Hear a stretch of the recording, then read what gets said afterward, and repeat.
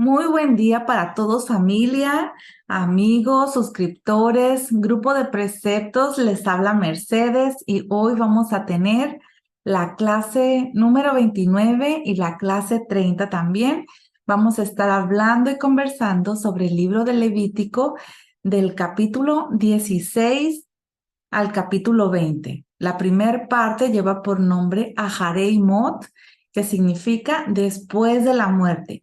Y quiero decirte que el capítulo 16 de Levítico, de Vayikra, es uno de los capítulos más importantes de la Torá, porque en este capítulo se encuentran las instrucciones acerca del día de la expiación, de Yom Kippur, que cae en el día 10 del mes número 7.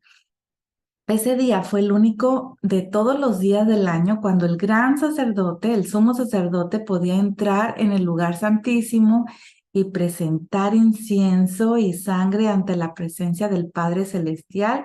El propósito de ese acto es hacer una limpieza general de los pecados y las impurezas de los hijos de Israel que se habían acumulado en el tabernáculo durante todo el año, a pesar de que el Padre Celestial dio instrucciones claras acerca de cómo el pueblo tenía que mantenerse alejado de las impurezas rituales para no contaminar este lugar santo, el tabernáculo.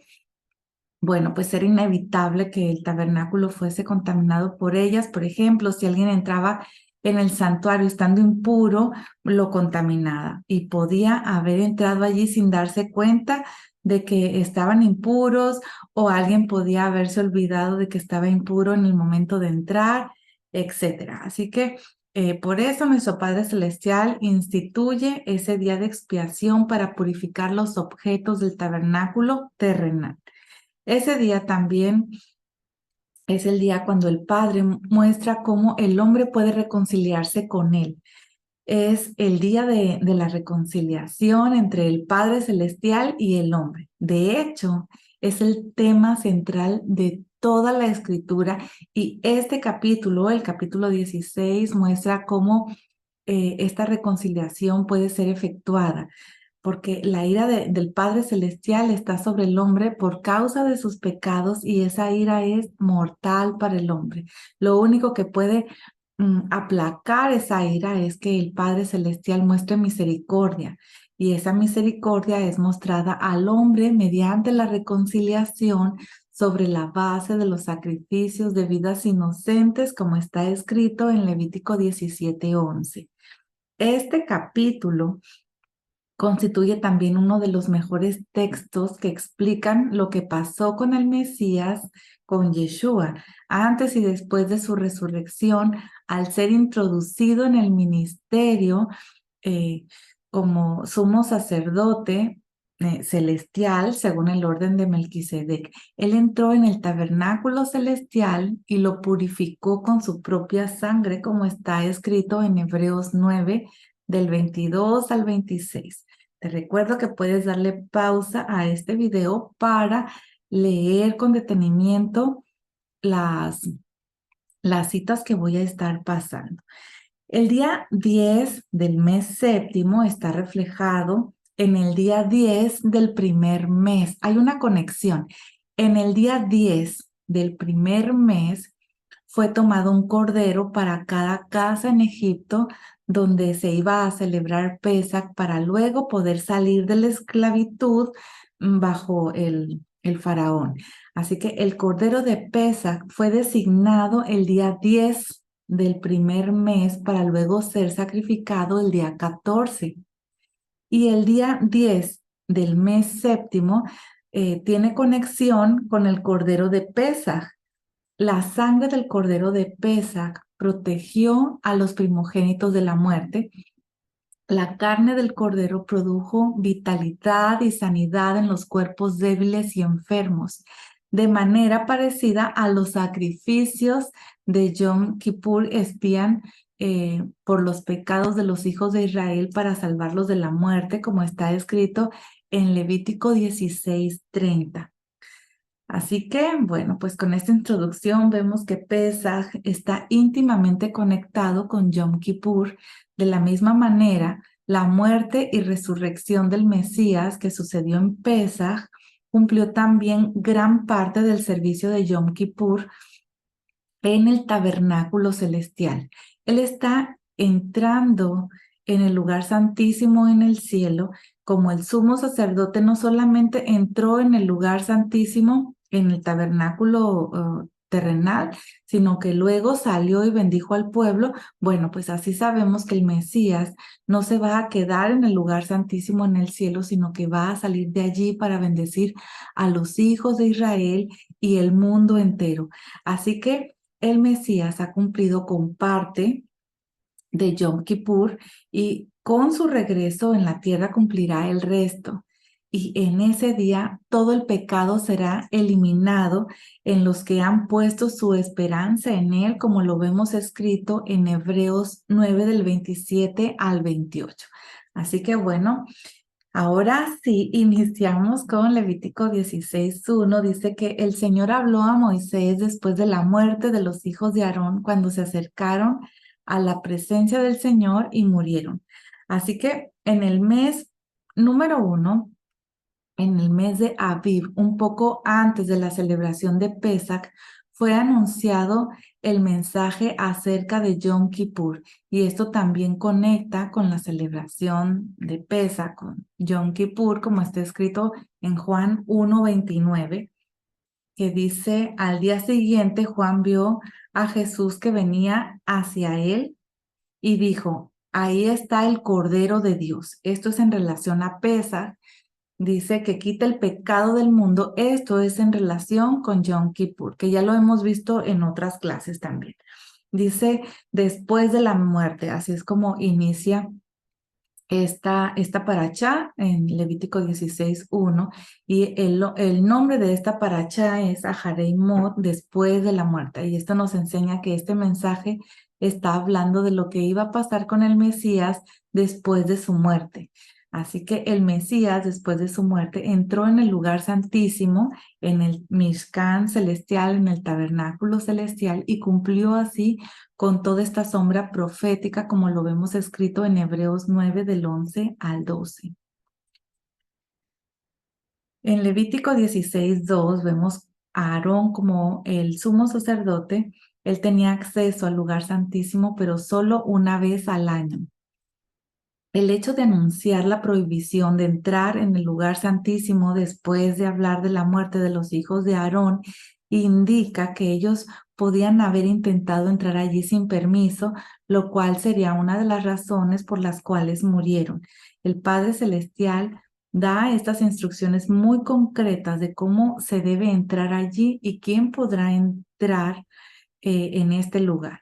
La palabra hebrea que se tradujo como propiciatorio es caporet y significa cubierta, cobertura, y la raíz de esta palabra significa cubrir, como calefatear, como cubrir con brea, y también significa absolver o perdonar.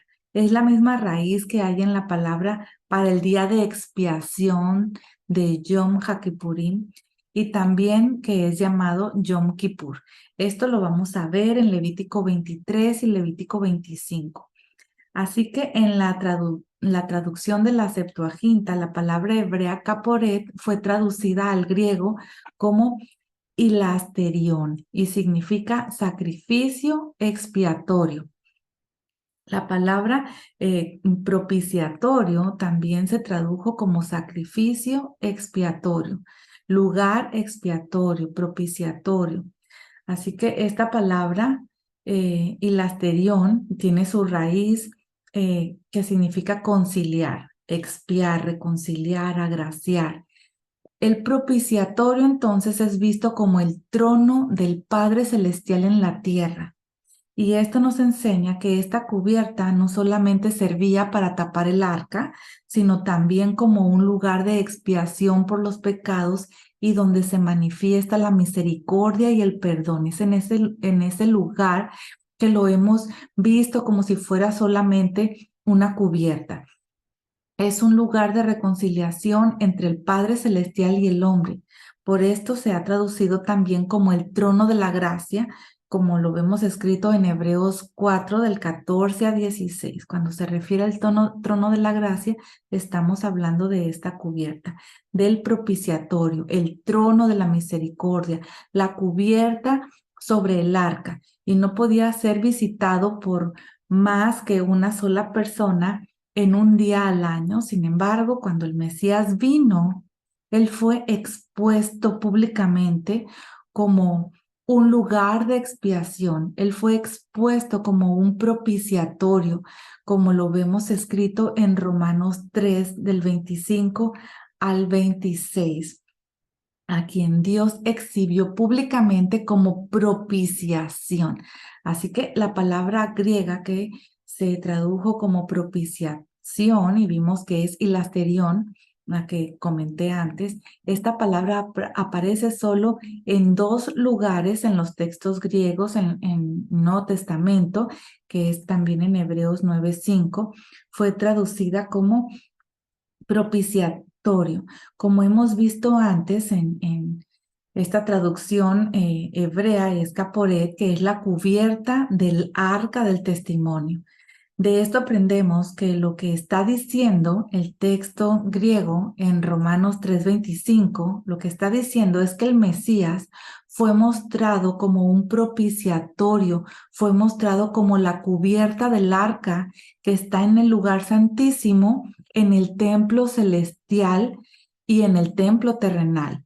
En su muerte, Yeshua fue expuesto públicamente como un propiciatorio relacionado esto con el servicio de Yom Kippur, con la ejecución del Mesías. Todo el mundo ahora podía ver que hay purificación y que hay eliminación eterna de los pecados, no solamente para los judíos, sino para el mundo entero, como está escrito en Primera de Juan 2:2. Así que sabemos que el propiciatorio, esta arca, nadie la podía ver, esta tapa del arca, nadie la podía ver, solo el sumo sacerdote, pero nuestro Padre Celestial lo exhibió públicamente para que todos pudiéramos verlo. Así que el lugar de encuentro el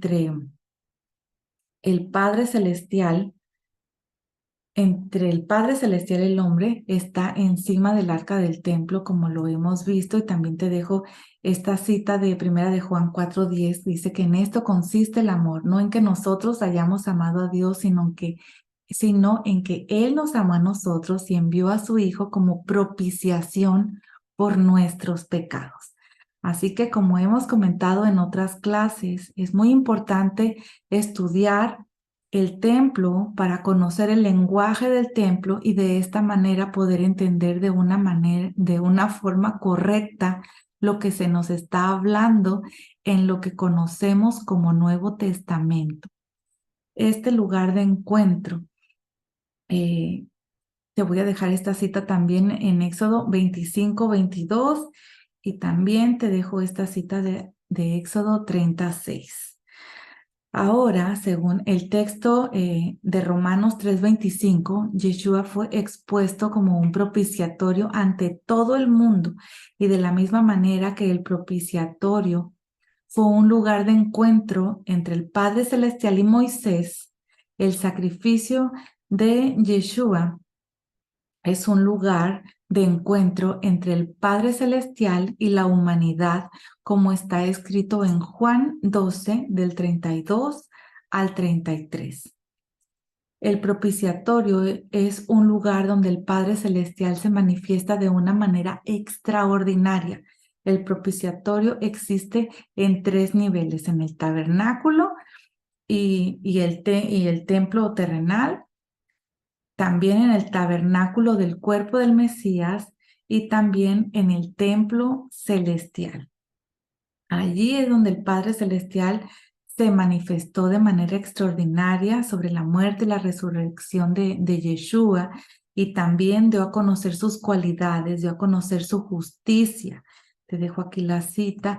Dio a conocer también su misericordia, su amor, dio a conocer su fidelidad y por supuesto que dio a conocer su poder. Ahora bien, En Levítico 16:3 vemos que Aarón solo puede entrar en ese lugar santísimo por medio de la muerte de animales sustitutos que están conectados con la muerte del Mesías. Y esto nos enseña que la muerte de Yeshua es la base sobre la que el hombre puede acercarse al Padre. Cuando había templo, el sumo sacerdote se preparaba una semana antes de ese día, que es el más sagrado del año, el día más sagrado. Salía de su casa para pasar la última semana en el santuario. Durante 7 días se purificaba con aguas purificadoras de la vaca roja por si había tocado algún cadáver sin darse cuenta, como está escrito en Números 19, del 11 al 13.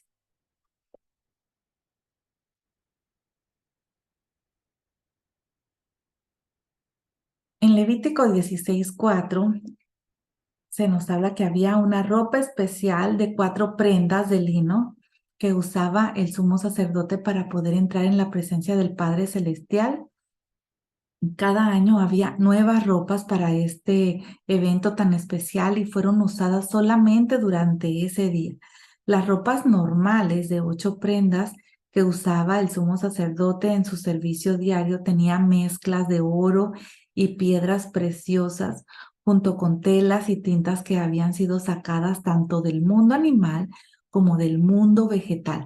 Las ropas que fueron usadas para entrar en el lugar santísimo vinieron solamente del mundo vegetal. Estas ropas de lino expresan humildad ante la presencia del Padre.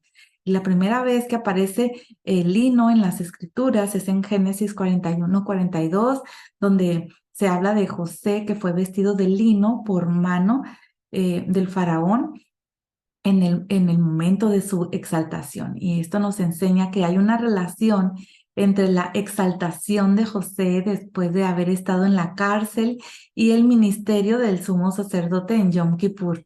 Todo esto nos lleva al Mesías, al hijo de José, que fue vestido de lino en el momento de su muerte como una señal de su investidura en el ministerio sacerdotal según el orden de Melquisedec que iba a iniciar después de su resurrección.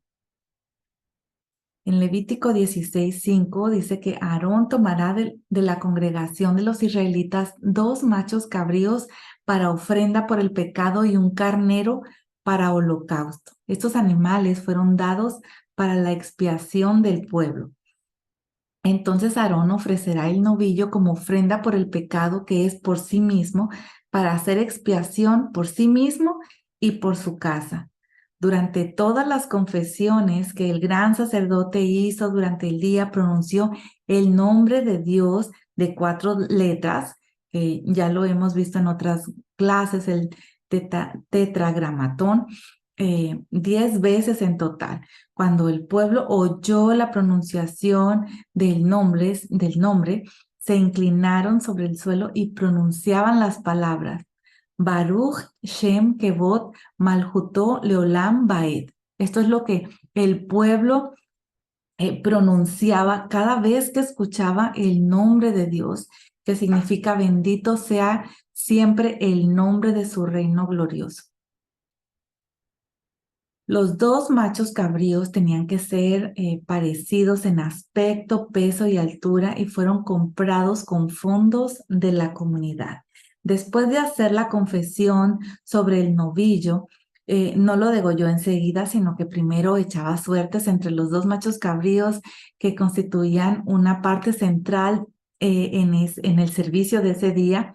Y para este sorteo se usaban 2 inscripciones que estaban en una urna y en una de ellas estaba escrito para el Señor y la otra estaba escrito para Azazel. Así que el sumo sacerdote cogió las 2 placas en sus manos sin mirarlas y una la colocaba sobre los animales y sin leer las inscripciones. Y bueno, proclamaban sobre el macho cabrío que había sido elegido para el Padre Celestial. Este es un sacrificio hatat para el Señor. Esa es la proclama que ellos hacían. En Levítico 16:9 leemos que luego Aarón ofrecerá el macho cabrío sobre el cual haya caído la suerte para el Señor, haciéndolo ofrenda para el pecado. En ese momento no fue degollado este macho cabrío, sino solo designado para hacer la ofrenda por el pecado. Pero el macho cabrío sobre el cual cayó la suerte para el macho cabrío expiatorio será presentado vivo delante del Señor para hacer expiación sobre él, para enviarlo al desierto como macho cabrío expiatorio.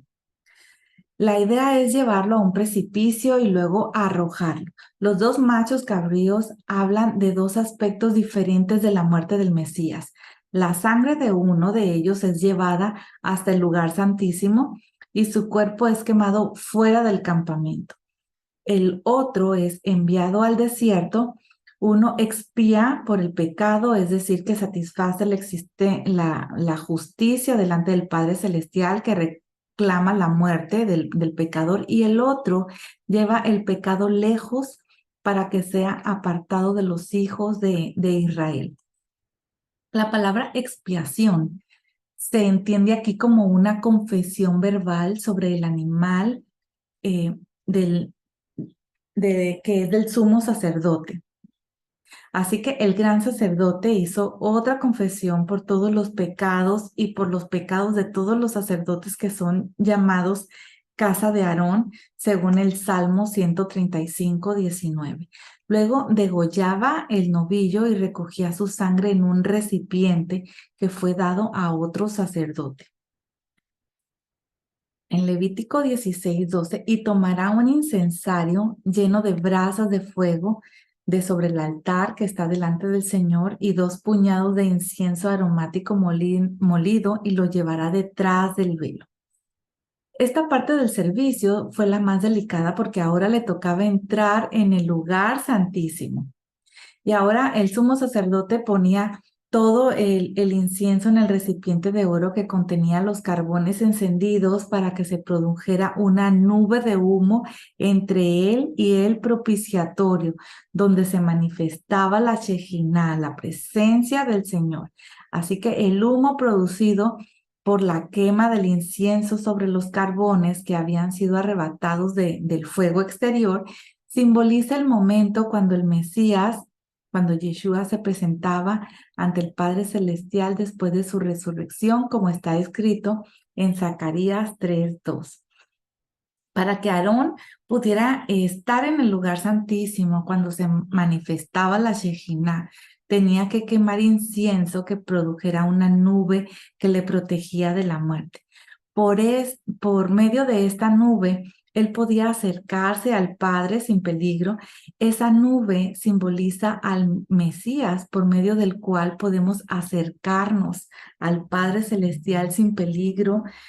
Sin el sacrificio del Mesías, el pecador muere en la presencia de la justicia del Todopoderoso.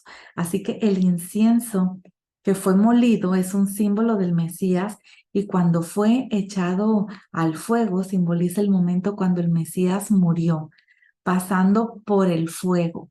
Por medio de esa muerte se produjo una nube en el cielo, por medio de la cual el hombre puede acercarse al trono de la misericordia, como lo hemos visto en Hebreos 4, del 14 al 16. Y también te dejo la cita de Hebreos 10.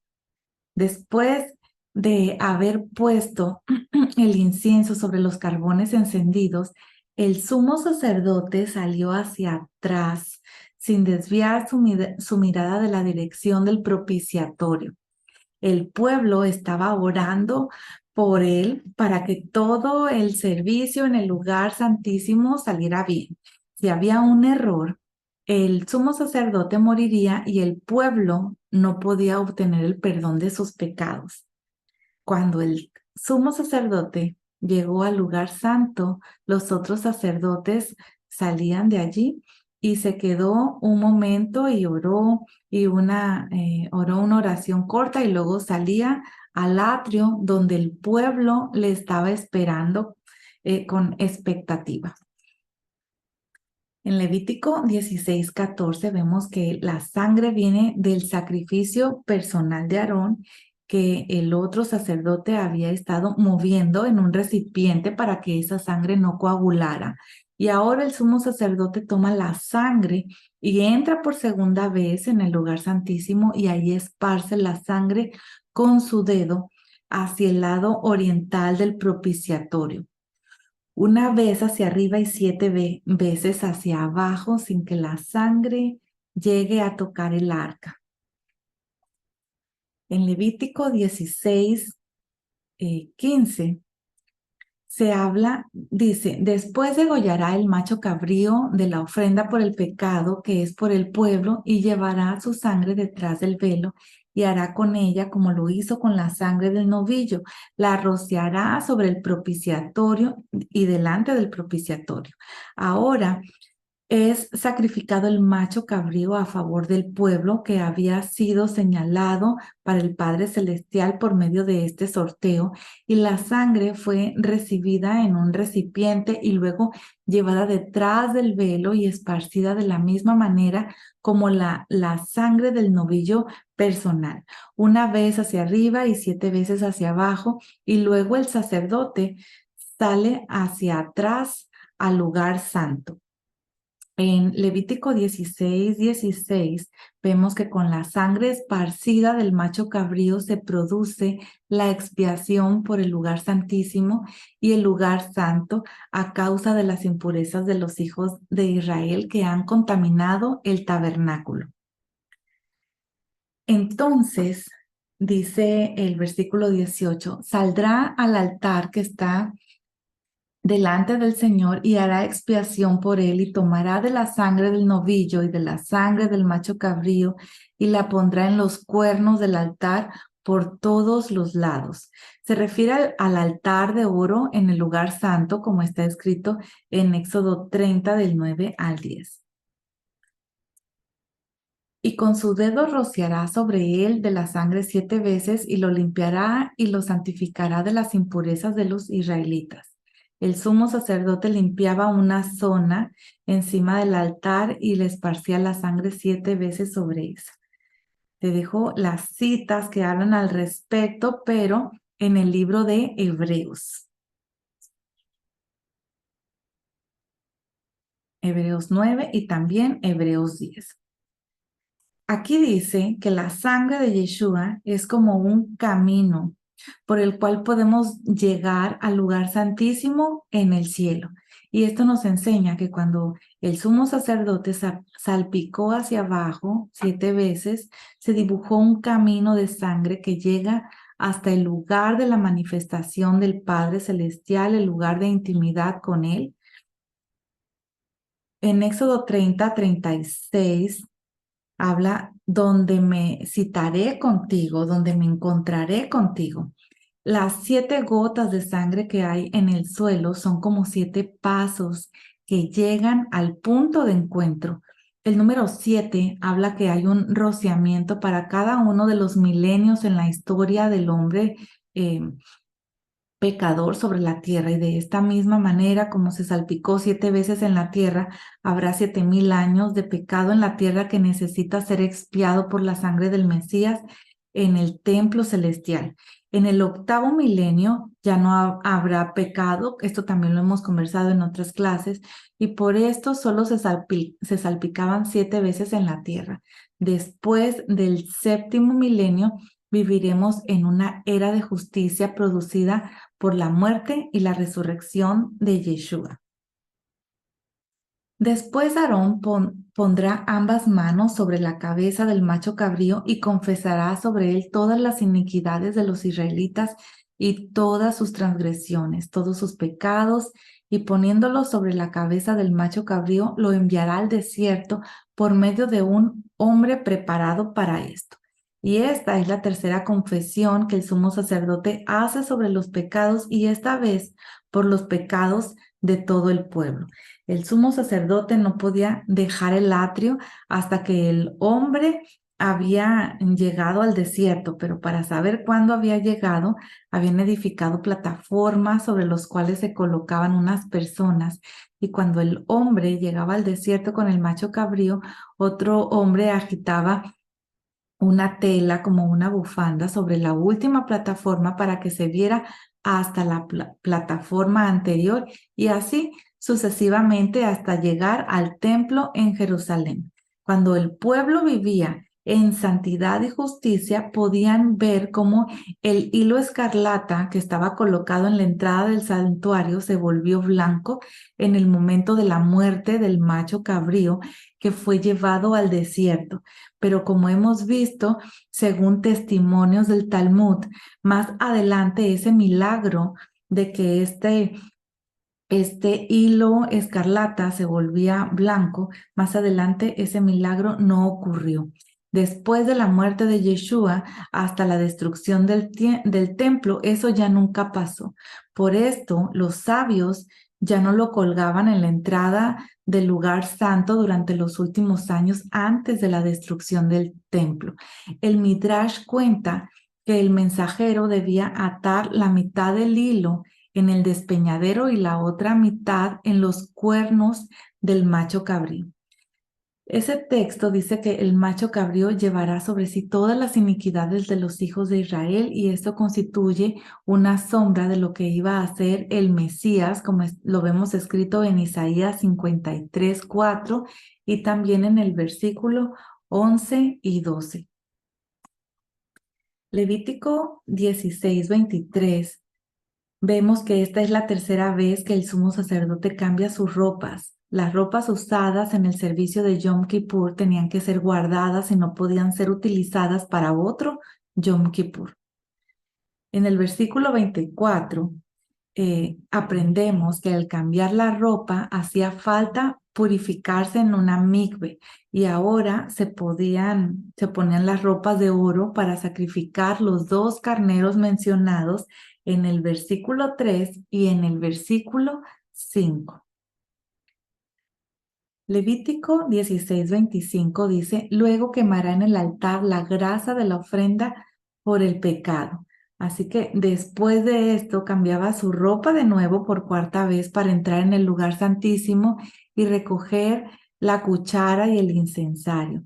Después de sacar esto del lugar santísimo, el sumo sacerdote cambia la ropa de nuevo para sacrificar los últimos sacrificios adicionales del día y presentar la ofrenda diaria del cordero de la tarde y quemar el incienso diario sobre el altar de oro. Después ofreció el resto de la oblación diaria del sumo sacerdote sobre el altar. Luego se quitaba las ropas de oro y se vestía con sus propias ropas para regresar a casa. Y la gente lo que hacía es que le acompañaba hasta su casa con regocijo porque había hecho su trabajo con éxito. El novillo y el macho cabrío son quemados fuera del campamento para conectar espiritualmente con lo que iba a ocurrir con el Mesías, como está escrito en Hebreos 13, 11 y 12. Porque los cuerpos de aquellos animales cuya sangre es llevada al santuario por el sumo sacerdote como ofrenda por el pecado son quemados fuera del campamento, por lo cual también Yeshua, para santificar al pueblo mediante su propia sangre, padeció fuera de la puerta. Levítico 16:29 dice, y esto será para ustedes un estatuto perpetuo. En el mes séptimo, a los 10 días del mes, humillarán sus almas y no harán obra alguna, ni el nativo ni el extranjero que reside entre ustedes. Humillar el alma se refiere a un ayuno total, sin beber ni beber nada. Porque en este día será expiación por ustedes para que sean limpios, serán limpios de todos sus pecados delante del Señor. El texto hebreo dice que Él hará expiación delante del Padre Celestial. Así que ¿de quién estaba hablando? Bueno, pues está hablando no solo del sumo sacerdote terrenal, sino también del Mesías, el Mesías sufriente que iba a venir para hacer expiación por el pueblo de Dios y limpiarlos de todos sus pecados delante del Padre Celestial. Yeshua, Él ha entrado en el lugar santísimo en el cielo, pero no ha salido al pueblo.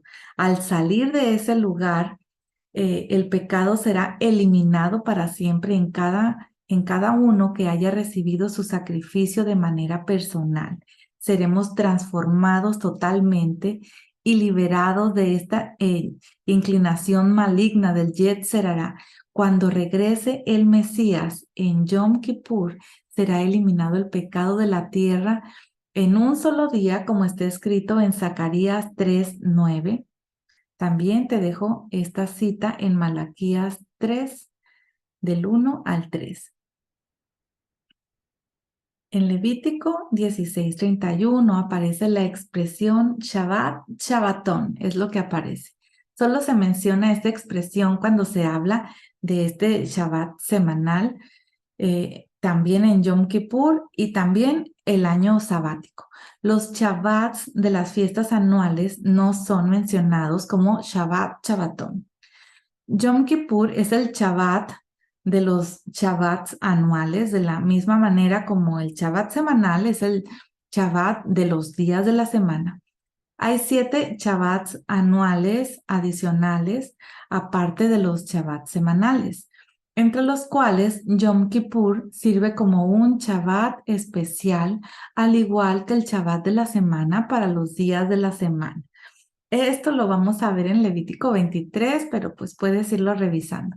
De la misma manera sucede con el Yovel, que es el año del jubileo, en relación con los 7 años de Shemitah, los 7 años de la remisión.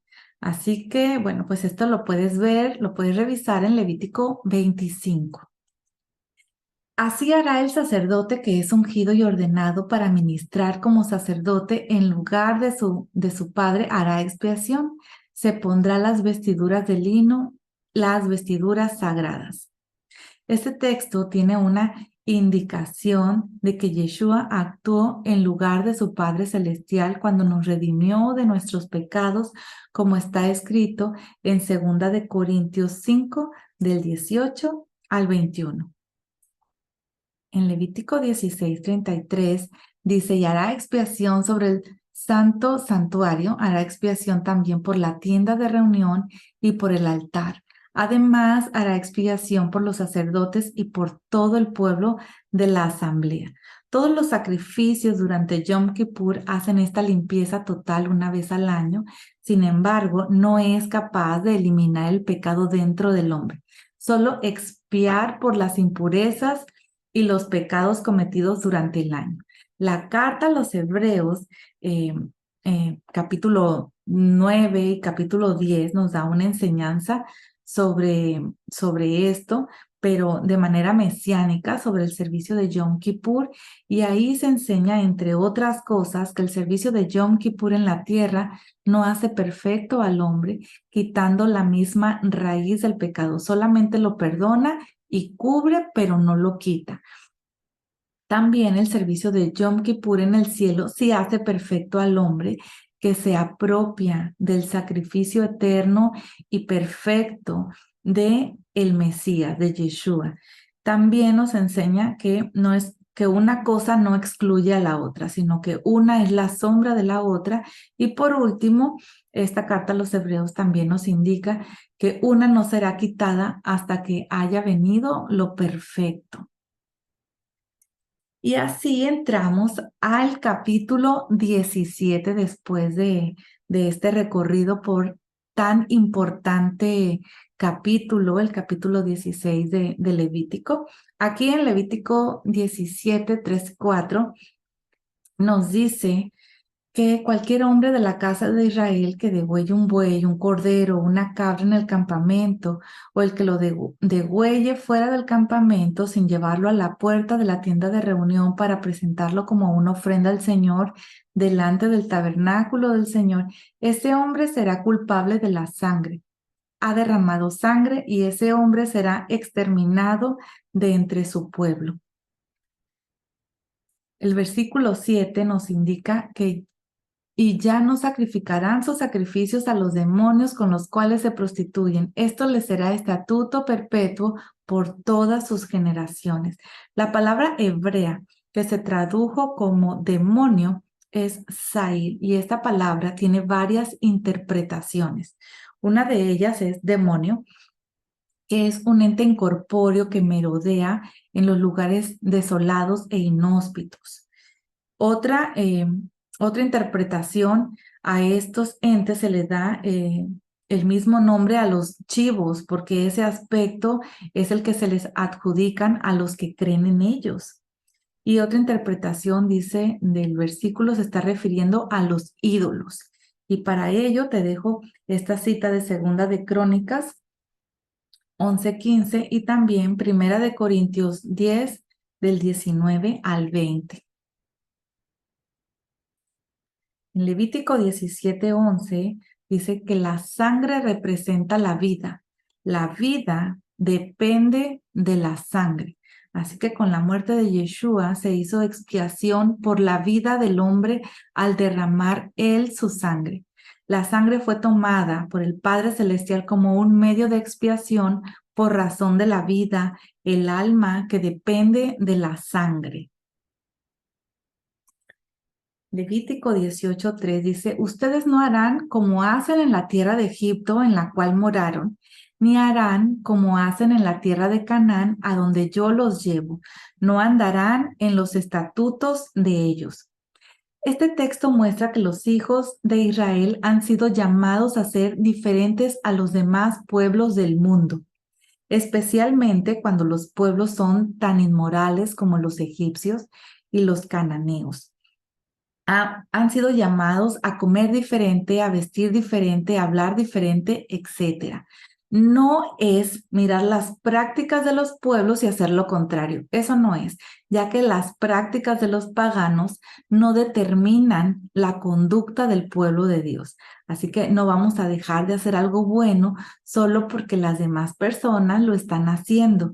Por lo tanto, el versículo 4 a esto dice, haréis cumplir mis estatutos y guardar mis leyes para andar en ellas, a hacer guardar mi Torah. En Levítico 18:5 dice, por tanto, guardarán mis estatutos y mis leyes por los cuales el hombre vivirá si los cumple. Yo soy el Señor. Este texto nos muestra que hay vida en la obediencia a los mandamientos. Y la pregunta que surge es, ¿hay vida eterna en el cumplimiento de la Torá o hay una larga vida en la tierra? La respuesta es ambas cosas, porque hay mandamientos que producen una vida larga debajo del sol y hay otros mandamientos que fueron dados para dar vida eterna al hombre. Por ejemplo, el mandamiento que nos ordena el creer en el profeta como Moisés es uno de los que dan vida eterna, como está escrito también en Hechos 16:31. Y también te voy a dejar de tarea que leas Romanos 10 del 3 al 10. No hay contradicción entre Moisés y Yeshua. Si fuese así, Yeshua sería un falso Mesías. Lo que Romanos 10 enseña es lo mismo que enseña Levítico 18:5, que hay vida para aquel que practica la Torá, porque la Torá lleva a la persona al Mesías. La meta de la Torá es llevarte al Mesías y a la justicia de la fe, lo cual está citada en la Torá. También te voy a dejar esta cita de Deuteronomio 30, del 12 al 14. Levítico 18:24 dice, no se contaminen con ninguna de estas cosas, porque por todas estas cosas se han contaminado las naciones que voy a echar de delante de ustedes. Solo en este texto hay 24 mandamientos. Las naciones que habían quebrantado esos mandamientos fueron condenados por ello, por haberlos quebrantado. Así que de ahí en adelante hay muchísimos mandamientos. Casi todos son de carácter sexual, pero también hablan de quemar a sus hijos a un dios pagano, la idolatría, el derramamiento de sangre inocente. Y por esto se pueden encontrar en este texto los 3 pecados que son como bases, como los fundamentos que contaminan la tierra, que es el sexo ilícito, la idolatría y la violencia. Y por esos tres pecados viene el juicio del Padre Celestial sobre todos los hombres, como está escrito en Efesios 5, del 3 al 7. Levítico 18:28 dice, no sea que la tierra los vomite por haberla contaminado, como vomitó a la nación que estuvo antes de ustedes. Así que de esos pecados tan terribles son los que contaminan la tierra. Tenemos que estar todos muy atentos y alertas, intercesores que están orando por los territorios a los cuales el Padre les ha asignado.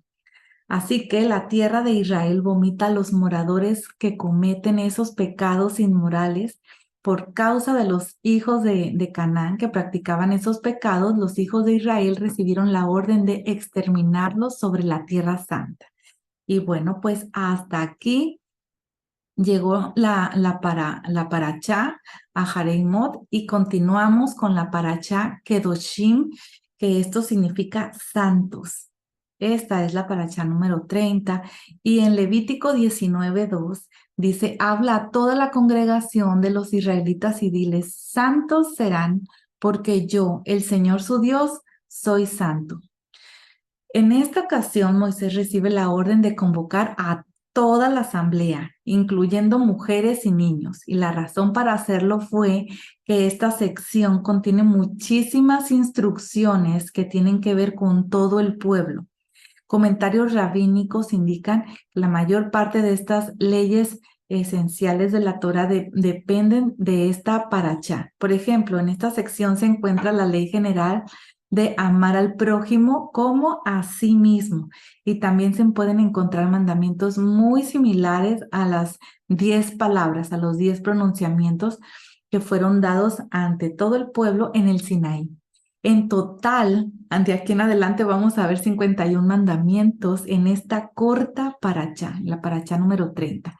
Así que este versículo nos enseña que la santidad no es solamente para los sacerdotes o para los levitas, sino para toda la congregación, para todo el pueblo de Dios. La santidad consiste en ser apartado de las costumbres que son practicadas por los pueblos que están alejados del Creador y dedicarse a Él en obediencia a sus instrucciones, a sus mandamientos. Levítico 19:3 dice que cada uno de ustedes ha de reverenciar a su madre, a su padre, y guardarán mis días de reposo. Yo soy el Señor, su Dios. La palabra hebrea que se tradujo como reverenciar significa temer. Hay una diferencia entre el mandato de Éxodo 20:12, donde está escrito, honra a tu padre y a tu madre para que tus días sean prolongados en la tierra y que el Señor tu Dios te da. La palabra hebrea que se tradujo como honrar es kavod, que significa tener honra o es algo pesado como una carga. No es lo mismo honrar que temer. Honrar a los padres no solo tiene que ver con mostrarles respeto, sino también darles los bienes materiales que necesitan y satisfacer todas sus necesidades cuando estén en apuros, como está escrito en Mateo 15, del 3 al 6. Aquí vemos que la honra a los padres tiene que ver con ayuda económica. Honrar a los padres también implica obedecerles en el Señor, como está escrito en Efesios 6, del 1 al 3. Y una manera de mostrar este honra y este respeto a nuestro Padre Celestial es guardar el Shabbat. En Levítico 19:4 dice, no se vuelvan a los ídolos ni se hagan dioses de fundición. Yo soy el Señor su Dios. La raíz de la palabra que se tradujo como volver significa encarar o mirar hacia. Y esto implica que está prohibido mirar con curiosidad y asombro a los ídolos y a las estatuas. Y dice, ni hagáis para vosotros dioses de fundición. Así que está prohibida la fabricación de los ídolos y esto incluye también comercializar con ellas. La Escritura enseña que hay que tratar a los pobres de manera favorable, que, que hay que tratar a los pobres de manera favorable, lo vemos en Levítico 19:10. El Padre tiene un corazón muy sensible a las necesidades de los débiles y nos ordena ayudar de forma práctica y económica a los necesitados. Levítico 19:11 dice, no hurtarán, ni engañarán, ni se mentirán unos a otros, y no jurarán en falso por mi nombre, profanando así el nombre de tu Dios. Yo soy el Señor. Este hurto tiene que ver con objetos materiales. Como hay más de un mandamiento que prohíbe el hurto, se entiende que los dos están hablando de cosas diferentes. El primer mandamiento contra el hurto se encuentra en las 10 palabras en Éxodo 20:15. Y como la infracción voluntaria de la mayoría de los mandamientos que están en las 10 palabras trae pena de muerte, también se interpreta el hurto del cual se está hablando allí, no en el hurto de las cosas, sino de las personas, como el secuestro. El secuestro es un delito que merece la pena capital, como está escrito en Éxodo 21:16. Así que en Levítico 19 se habla del hurto de los objetos y está prohibido apropiarse de cualquier cosa que sea de otra persona. Jacob vivía con su suegro durante 20 años y cuando salió de allí, él podía testificar que no había tomado absolutamente nada de lo que le pertenecía a Labán. Esto lo vemos en Génesis 31:37. Así que esa actitud tan cuidadosa que había en Jacob de no llevar nada de la casa de Labán, ni siquiera alguna aguja para coser, es un buen ejemplo para todos nosotros. Un verdadero israelita es uno en quien no hay engaño, como lo vemos en Juan 1:47. Y en esta escritura el mandamiento de no hurtar está escrito en forma plural y esto nos enseña que cualquiera que sepa de un hurto y no diga nada también es culpable. El que no hable se convierte en un compañero del que está pecando por ese hurto. En Levítico 19:12, el contexto de este versículo habla del dinero. Así que cuando una persona hurta, tiende a esconder su delito engañando al prójimo. Si no se arrepiente, tiende a mentir. Así que es posible que también llegue a jurar en falso por el nombre del Padre Celestial delante de la Corte de Justicia.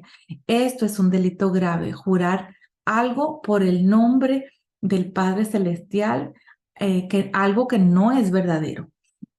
Comentarios rabínicos señalan que cuando ese texto dice no juraréis en falso por mi nombre, se está refiriendo a cualquiera de los nombres de Dios, puesto que en Éxodo 27 solo se refiere al nombre sagrado de 4 letras. Así que esta escritura nos enseña que está permitido jurar por el nombre del Padre Celestial. La prohibición solamente es contra el hecho de jurar en falso por su nombre.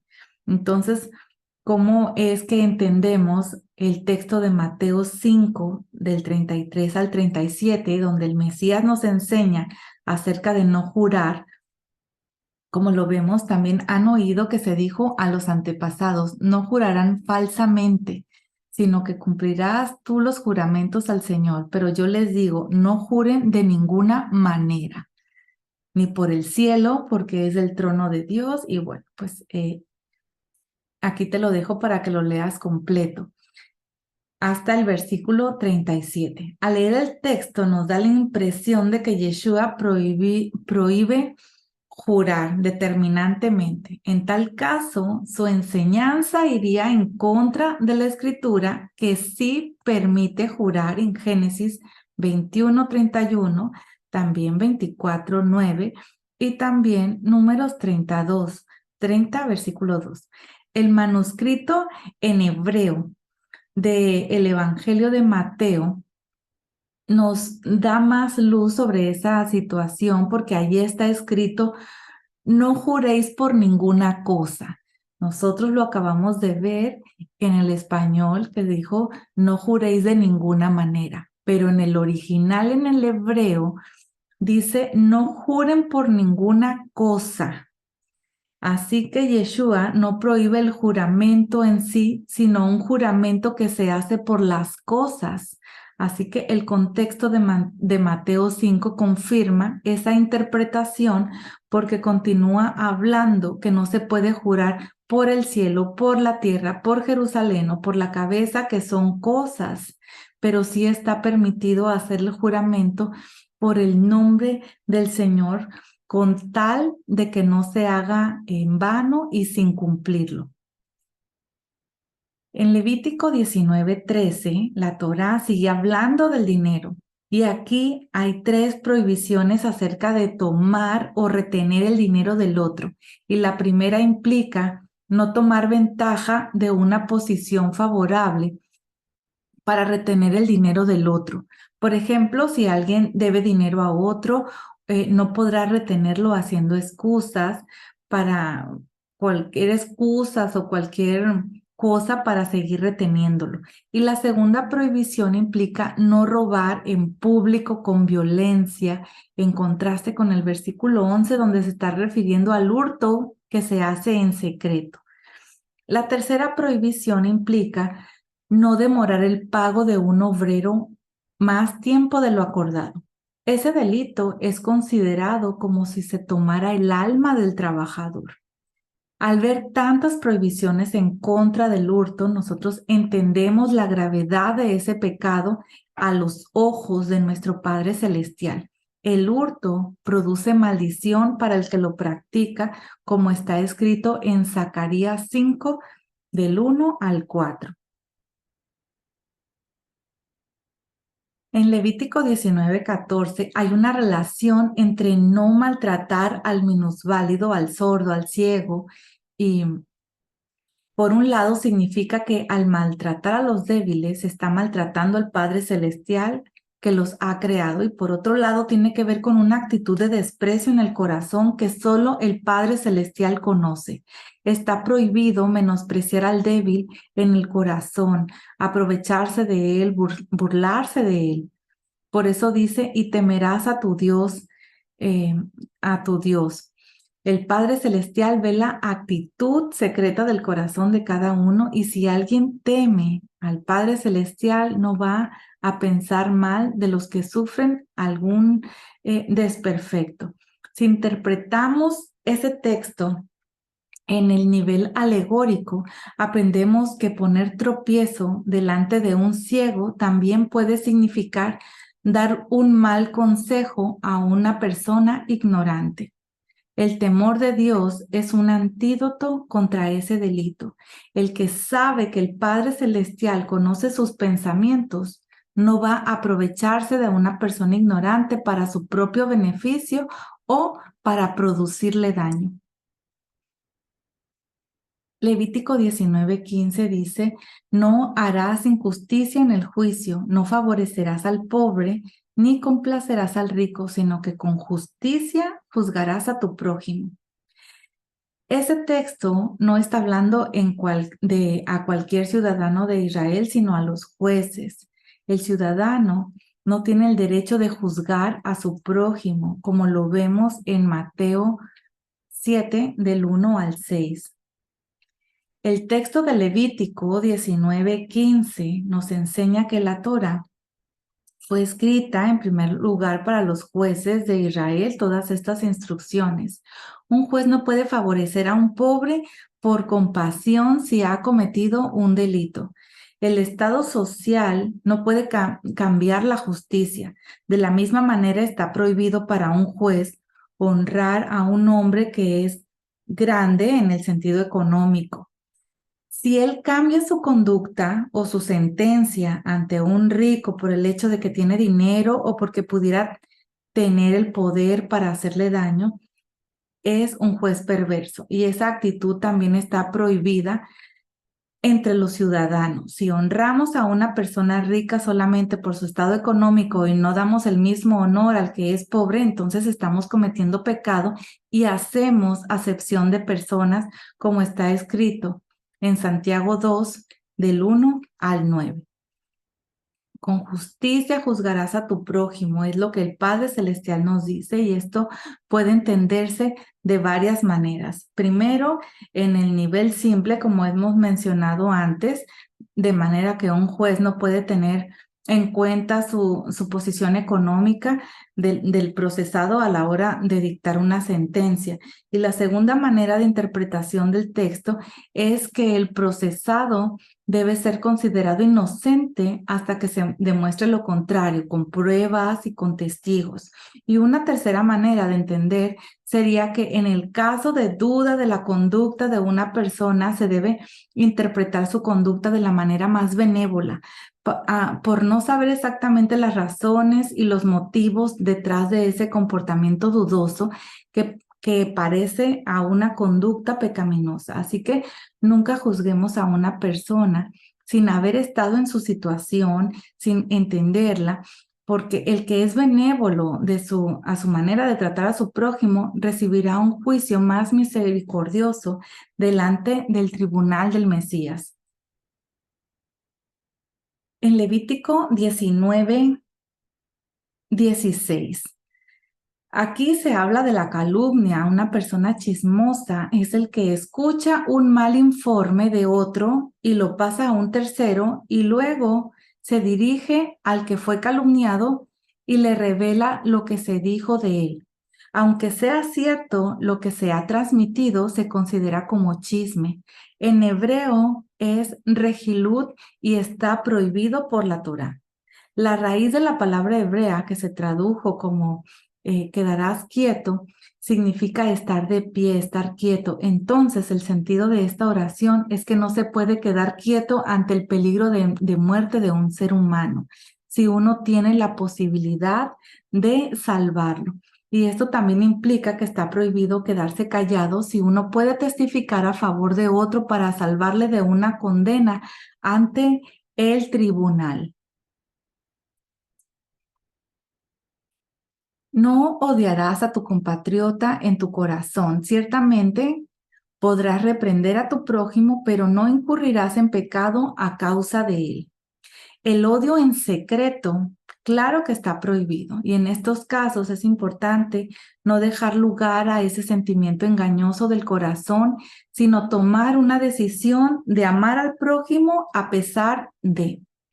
El amor no es simplemente una emoción, es una decisión de ser benévolo con el prójimo, incluso sin que me dé algún beneficio a cambio. El mandamiento de reprender al prójimo es uno de los más difíciles. A nadie nos gusta reprender y tampoco ser reprendidos, y esto es un hecho, porque la carne dentro de nosotros es muy orgullosa y no acepta una corrección, especialmente si viene de uno que es semejante o una persona que lo consideremos inferior a nosotros. Sin embargo, es importante tomar en serio este mandamiento para vigilar sobre el bienestar de nuestros hermanos en la fe. Una persona madura y espiritual aprecia una reprensión dada en su justo momento porque sabe que puede equivocarse fácilmente, aunque sea madura.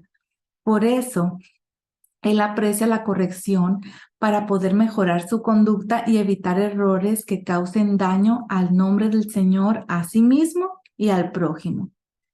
Y no portarás pecado a causa de él. No incurrirás en pecado a causa de él. Ese texto nos enseña, primero, que si reprendes a tu prójimo, no pecas. Y segundo, si no reprendes a tu prójimo, llevarás pecado por causa de él, como está escrito en Ezequiel 18:19.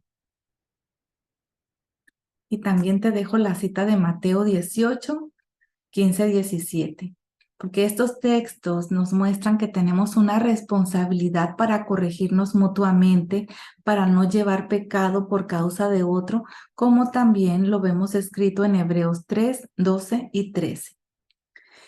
Sin embargo, para no llevar pecado por causa de la reprensión hacia el otro es muy importante considerar varias cosas.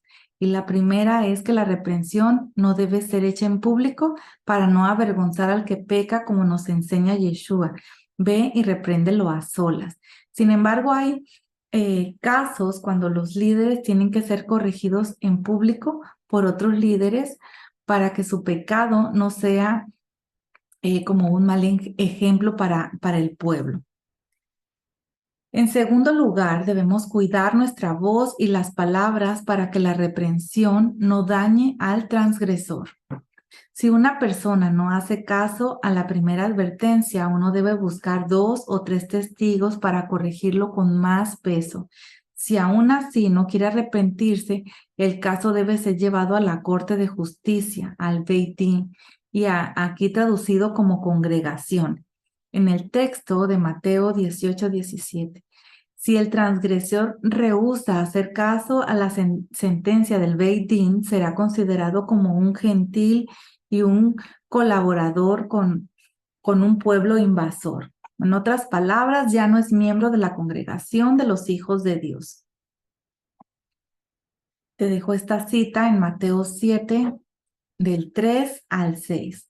Para poder corregir a otra persona correctamente, uno debe ser cuidadoso de no ser culpable del mismo delito. Sin embargo, el que primero ha tratado con su propia viga no solamente está en condiciones para corregir al prójimo, sino está obligado a hacerlo cuando las condiciones sean favorables.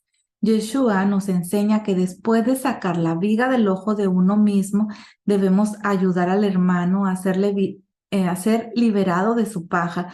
Pero si el otro no es un hermano, sino una persona que no está en pacto, no vale la pena echarle esas perlas santas porque las pisotearía y nos haría daño. En Levítico 19:18 dice: no te vengarás ni guardarás rencor a los hijos de tu pueblo, sino que amarás a tu prójimo como a ti mismo. Yo soy el Señor. La venganza implica devolver las mismas acciones malas a alguien que las haya hecho. El rencor no es lo mismo que la venganza. El rencor es un sentimiento que alguien guarda contra otro por haber hecho algo malo. Y aquí se encuentra el mandamiento número 2 en importancia en la Torá, como está escrito también en Marcos 12, del 28 al 31.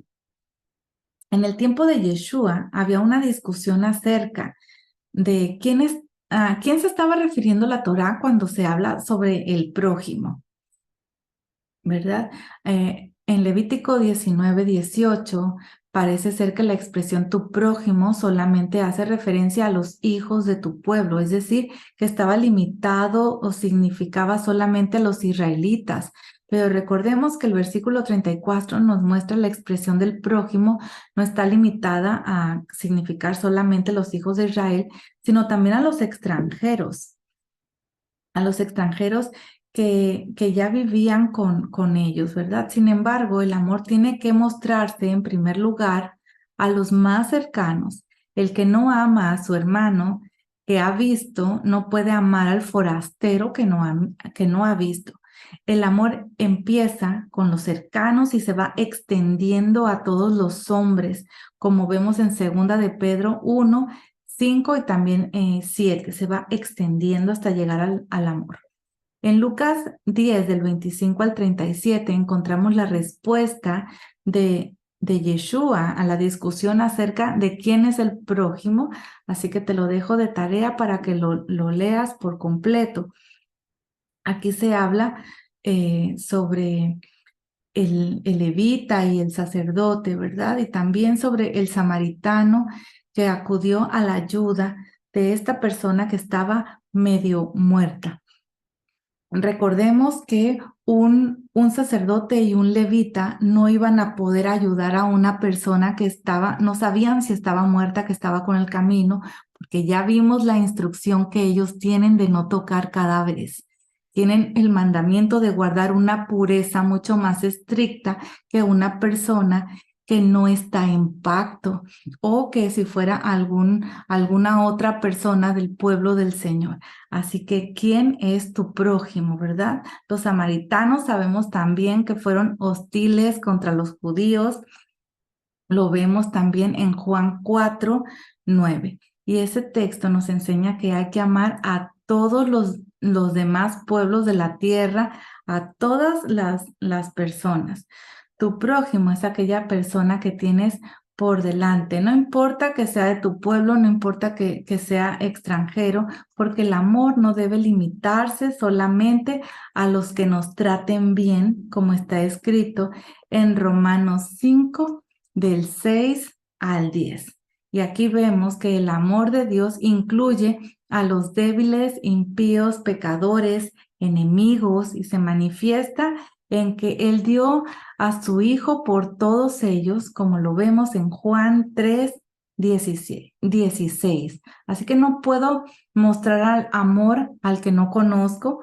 Los más allegados son los que pueden recibir mi amor. Y tenemos la responsabilidad de esforzarnos para mostrarles amor a ellos de la misma manera que estoy mostrándome amor a mí misma. Así que de la misma manera como tú te muestras amor, en ese nivel es el que puedes mostrar o estás capacitado para mostrar amor a tu prójimo. Así que esta escritura también nos enseña que debemos amarnos a nosotros mismos. Tú no puedes amar a otros si no te amas a ti mismo. Dice, amarás a tu prójimo como a ti mismo, ni más ni menos. No se puede amar al prójimo más que a sí mismo, sino en la misma medida. Y el que no se ama a sí mismo es incapaz de amar al prójimo. Así que ámate a ti mismo, perdónate a ti mismo, habla bien de ti mismo. Cuídate de ti mismo, cuida tus pensamientos y también haz lo mismo con tu prójimo. Y si tú ves que tu prójimo no tiene palabras de amor para ti, no tiene acciones de amor para ti, comprendamos que esa persona no se ama a sí misma. Así que te dejo esta cita también en Romanos 8, del 32 al 35, porque esta escritura nos enseña que Yeshua fue entregado por todos nosotros. El amor del Padre que se manifiesta a través de Yeshua es para todos y cada uno de nosotros en particular. Así que, ¿quién acusará a los escogidos de Dios?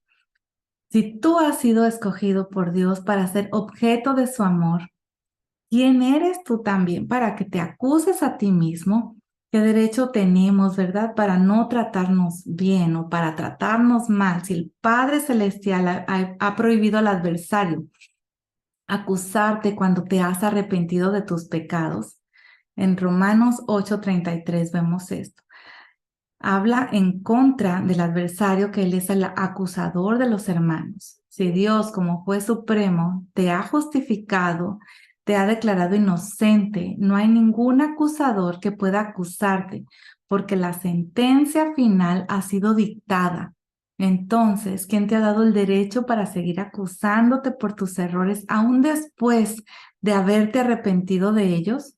Si el adversario no puede acusarte, entonces nosotros no podemos atrevernos a hacerlo. Es importante caminar en libertad y aprender y conocer las escrituras, el carácter y el amor de nuestro Padre Celestial y toda la obra de redención que Él ha hecho en nuestra vida. El amor al prójimo depende de cuánto hemos entendido el amor que el Padre tiene hacia nosotros, como lo vemos escrito en Primera de Juan 4:8. El que no se ama a sí mismo no conoce a Dios. Él es la fuente de nuestro amor. Cuanto más conozcamos a Dios, más vamos a poder amarnos a nosotros mismos y al prójimo, como lo vemos escrito en Primera de Juan 4:19. Nuestro amor depende de cuánto amor hayamos recibido del Padre Celestial. Con otras palabras, si cultivamos nuestra relación con Él, vamos a poder recibir su amor y de esa manera también vamos a poder amar a nuestro prójimo. de la misma manera como hemos sido amados por el Padre Celestial. Vamos a amarlos no con nuestro amor humano, sino vamos a amarlo con el amor del Padre Celestial, que ese amor que Él ha depositado en nuestro ser interior. En Levítico 19:19 dice, mis estatutos guardarán. No juntarás dos clases distintas de tu ganado, no sembrarás tu campo con dos clases de semilla, ni te pondrás un vestido con mezcla de dos clases de material. La palabra hebrea que se tradujo como mis estatutos es jukotai. Viene de juk, que implica mandamientos que no tienen una explicación clara y lógica. Las prohibiciones de las mezclas de animales, de semillas, de diferentes tipos de animales, en dos diferentes tipos de material en la misma ropa, forman parte de los jukot, que son estatutos sin explicación. Cuando se habla de dos clases de material de vestido, solo se refiere al lino con la lana, según lo vemos en Deuteronomio 22:11, donde encontramos el mismo mandamiento limitado a lino y lana. Una excepción de esta prohibición, recordemos que es la ropa del sumo sacerdote y la ropa que llevan los tzitzit, porque ellos pueden contener esa mezcla de lana y lino, y la razón es porque esas prendas fueron confeccionadas y fueron instrucciones directas de nuestro Padre Celestial. En el versículo 20 vemos que la Torá sigue hablando de mezclas prohibidas y en ese caso tiene que ver con un tipo de adulterio. Comentarios rabínicos dicen que la mujer que se está refiriendo aquí es una mujer que no es hebrea o que es mitad esclava y mitad libre, designada para casarse con un siervo hebreo.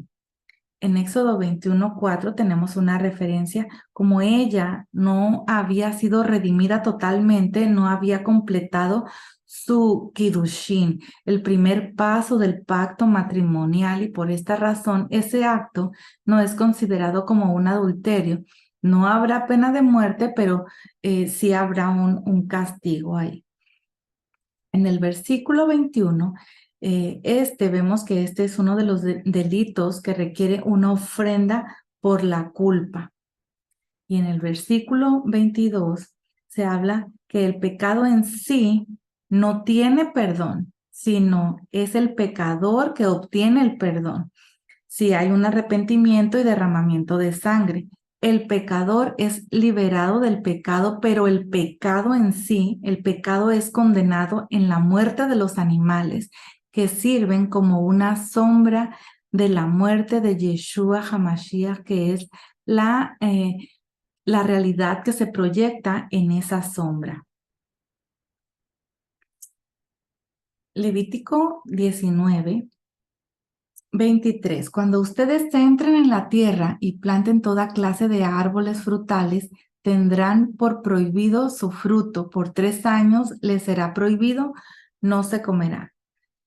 La raíz de la palabra hebrea que se tradujo como prohibido significa obstruir, bloqueado, estar incircunciso. Vemos esa misma palabra en Éxodo 6:12. El texto hebreo dice literalmente, y bloquearéis su obstrucción. Es decir, que el fruto de ese árbol está bloqueado o vedado. No está permitido sacar beneficio de los frutos de los árboles durante los 3 primeros años después de su plantación, aunque sea un mandamiento juk. La Torá ofrece una pequeña explicación en el versículo 25, que dice que es para que os aumente su rendimiento. En el versículo 24 dice, pero en el 4.º año todo su fruto lo será santo, una ofrenda de alabanza al Señor. Se entiende que el fruto debe ser tratado de la misma manera que el segundo diezmo, y esto significa que solo el dueño y su familia y los invitados por él podrán comer de ese fruto, pero en la ciudad de Jerusalén. Si no puede llevarlo allí, tendrá que venderlo y gastar el dinero en Jerusalén en sacrificios de paz y comida. Esto ya lo vimos en clases anteriores. Dice adelante en Levítico 19:26, no comerán cosa alguna con su sangre. Esto se ha interpretado de muchas maneras y una de esas es no comer la carne del animal con su sangre, no comer un animal muerto mientras siga teniendo señales de vida o que se esté moviendo. Y también se ha interpretado como no comer un sacrificio mientras que su sangre todavía esté en el recipiente para ser esparcido en el altar. Y bueno, entre otras tantas interpretaciones con ese versículo. También dice, ni serán adivinos ni agoreros. La primera palabra en hebreo tiene que ver, es nahash, que tiene que ver con adivinar el futuro por medio de ciertos hechos que ocurran. Por ejemplo, cuando un gato negro cruza la calle o cuando se rompe un espejo. Y ese mandamiento prohíbe la superstición. Labán, recordemos que él practicaba ese pecado, lo vimos en Génesis 30, 27. Sin embargo, esa práctica no es la misma que cuando una persona obtiene una revelación por medio del espíritu de la profecía. No se está refiriendo a eso, porque eso lo podemos ver en Génesis 24, Jueces 6 y también en Primera de Samuel 14. Te dejo las citas en pantalla. Ese tipo de revelación es una forma de profecía, de nebuá. La segunda palabra que vimos ahí está relacionado con temporadas y tiene que ver con la creencia en ciertos días u horas que traen buena o mala suerte. Todas esas actividades están prohibidas. En Levítico 19:27 dice que no se cortarán los extremos de su cabellera en forma circular, ni se dañarán los bordes de su barba. Esos mandamientos son dados para que el pueblo hebreo sea diferente de las demás naciones y especialmente para que no tenga la misma apariencia que los idólatras que solían afeitarse las patillas y cortarse los bordes de las barbas. El contexto habla de no practicar adivinación y augurios. En el versículo 28 dice, no se harán sajaduras en su cuerpo por un muerto, ni se harán tatuajes. Según comentarios rabínicos, eran los amorreos, los emoritas también en hebreo. Ellos solían rasgarse la carne, la piel en señal de duelo cuando alguien fallecía. Y también prohíbe los tatuajes. En el versículo 29 se refiere a que un padre permita que su hija soltera tenga relaciones sexuales con un hombre sin antes haber hecho un pacto matrimonial con él. Y el versículo 30 de Levítico 19 dice, mis días de reposo guardarán y tendrán mi santuario en reverencia. Yo soy el Señor. El Shabbat, como hemos dicho en clases anteriores, es un santuario en el tiempo, de la misma manera como el templo es un lugar apartado para el Padre Celestial en el espacio. La Torá también prohíbe toda práctica de espiritismo y nigromancia. En el versículo 31 y en el versículo 32 habla, delante de las canas te pondrás de pie, honrarás al anciano y a tu Dios temerás. Yo soy el Señor. Aquí se refiere a un hombre de más de 70 años de edad. La palabra hebrea que se tradujo como anciano es un hombre de barba. Ese contexto se refiere a uno que posee un puesto de liderazgo dentro del pueblo de Dios, un hombre que ha adquirido sabiduría por medio de la Torá. También es llamado Zaquén. Ellos merecen más respeto que los demás. La manera de mostrarle respeto es levantarse ante ellos, dirigirse hacia ellos con respeto, no llamarles por su nombre personal sin anteponer un título, etc. Un anciano que enseña bien debe recibir doble honra, es decir, no solamente recibir estos honores, sino también recibir remuneración económica, como está escrito en 1 de Timoteo 5:17. Cuando un extranjero resida con ustedes en su tierra, no lo maltratarán. Está prohibido maltratar a un residente o a una persona que ya esté en pacto. Comentarios rabínicos señalan que aquí se refiere a un ultraje verbal. El extranjero que resida con ustedes les será como uno nacido entre ustedes y lo amarás como a ti mismo, porque ustedes fueron extranjeros en la tierra de Egipto. Yo soy el Señor, su Dios. El Padre Celestial no hace excepción de personas, Él ama a todos. Y por esto reafirma este mandamiento con las palabras, yo soy el Señor vuestro Dios, para que el amor al extranjero residente sea por causa del Padre Celestial. Así que el pueblo de Dios fue elegido para transmitir el amor y la salvación de nuestro Padre Celestial a las naciones. En Levítico 20, versículo 3, dice, yo pondré mi rostro contra ese hombre y lo exterminaré de entre su pueblo porque ha entregado a sus hijos a Moloc, contaminando así mi santuario y profanando mi santo nombre. El que entrega a su hijo a un dios pagano profana el nombre del Padre Celestial. El Padre Celestial quiere que nuestra descendencia sea para Él, como lo vemos en Malaquías 2:15. Así que ese es el propósito suyo con el matrimonio. Al dar uno de los hijos a un demonio, se está yendo en contra totalmente del propósito de la creación del hombre y así se profana el nombre de nuestro Padre Celestial, el nombre santo. En Levítico 20, versículo 6, habla que la idolatría y el ocultismo son considerados como prostitución espiritual. Es lo mismo que cuando una mujer casada se une con otro hombre, violando así el pacto matrimonial. El pecado de adulterio, tanto físico como espiritual, es mortal. Levítico 20:21 dice que si alguien toma a la mujer de su hermano, es cosa aborrecible. Ha descubierto la desnudez de su hermano, se quedará sin hijos. El Padre Celestial, recordemos que esto está tanto en el Antiguo Testamento como lo que conocemos como Nuevo Testamento.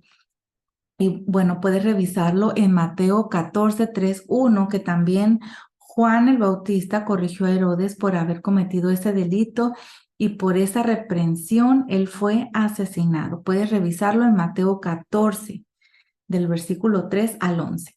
Dice Levítico 20:22, guarden por tanto todos mis estatutos y todas mis ordenanzas y cúmplanlos a fin de que no los vomite la tierra a la cual los llevo para morar en ella.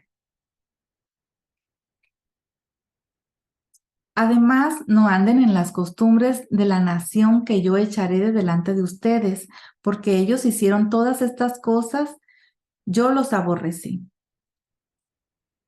Sean ustedes santos porque yo el Señor soy santo y los he apartado de los pueblos para que sean míos. La santidad tiene que ver con la relación con nuestro Padre Celestial, el alejarnos de costumbres de las naciones gentiles. Si hay adivino o espiritista entre ellos, hombre o mujer, ciertamente han de morir, serán apedreados, su culpa de sangre sea sobre ellos. En Levítico 26 solo se habla de la pena de caret, del cortamiento espiritual, cuando aquí se habla de la pena física, de muerte física. Los comentarios rabínicos dicen que cuando hay testigos que advirtieron antes de la transgresión, el culpable es apedreado, pero si hubo un acto intencional sin advertencia previa, solo recibe la pena de caret. Así que familia hermosa, hasta aquí la clase de esta semana.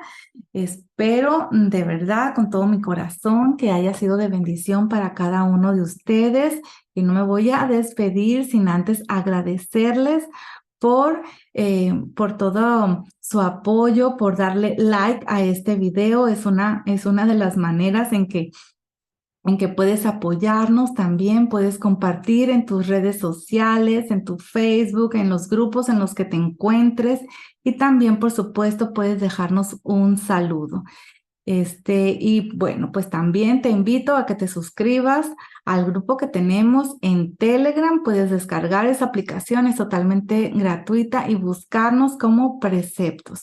Tenemos este grupo en el que estamos estudiando juntos y también nos reunimos los martes a las 6 de la tarde como familia. Tomamos 30 minutos en familia para reunirnos, para levantar proclama y para reflexionar, para meditar y reflexionar sobre lo que el Padre Celestial nos está hablando durante la semana. Bueno, pues entonces me despido con el favor de Dios. Estaremos de nuevo la próxima semana con la siguiente clase. Les envío a todos saludos, besos y muchas, muchas bendiciones. Bye bye.